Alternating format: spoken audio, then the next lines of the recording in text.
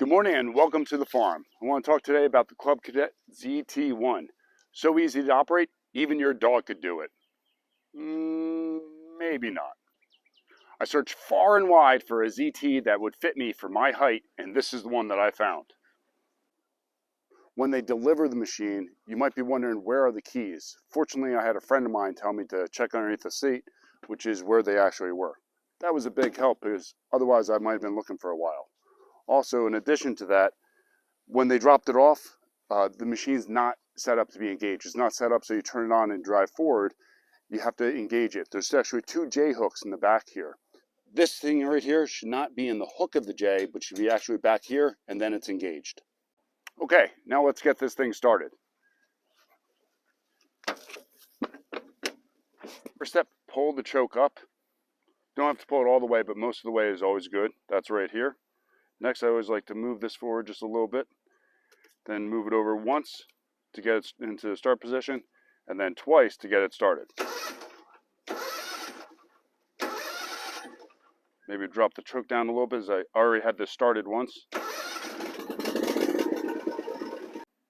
Next step is you drop the choke all the way down, and then you would throttle all the way forward if this was on and running. We only turned it off because it's too hard to hear us with it on and demonstrating. This is the neutral position, or the starting position. This is what it needs to be in for you actually to start the machine. Now, if you want to go forward, you push it forward. If you want to go back, you bring it back. If you want to turn, you either turn one or the other, depending on how you want to turn. And then to stop, you always go back to the starting position.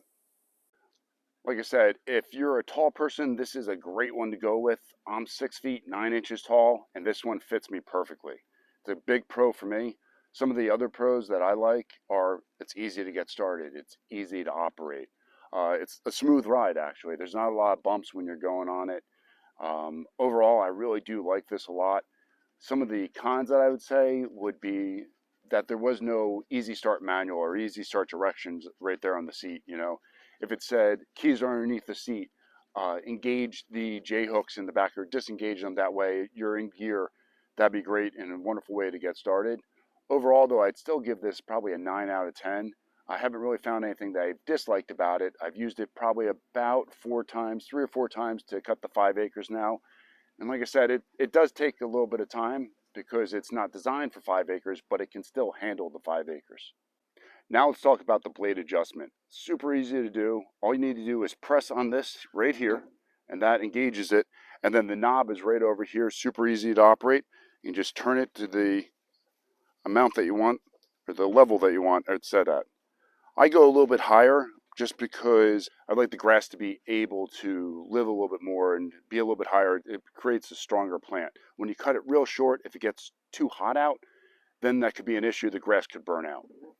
Now, when you want to get started cutting the grass itself, all you have to do is pull this knob up, and that will actually engage the blades. Safety tip: whenever I get off of the zero turn, I always make sure to push this back down. You don't want the blades engaged if you're not sitting on the machine. And the gas tank. So it's underneath the seat. You fill it up right over here. It's right here, and then you can see the level of it and how much you got in there.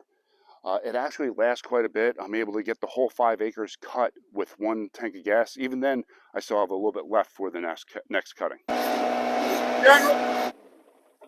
General maintenance. I always like to blow it down after we get done with the cutting, just to make sure I get all the wet grass and everything else off of this thing, because you don't want it to rust.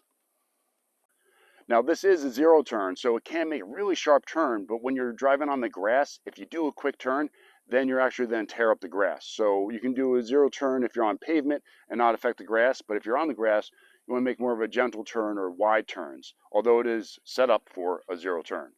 Also, before you get going, remember your safety glasses, because safety comes first.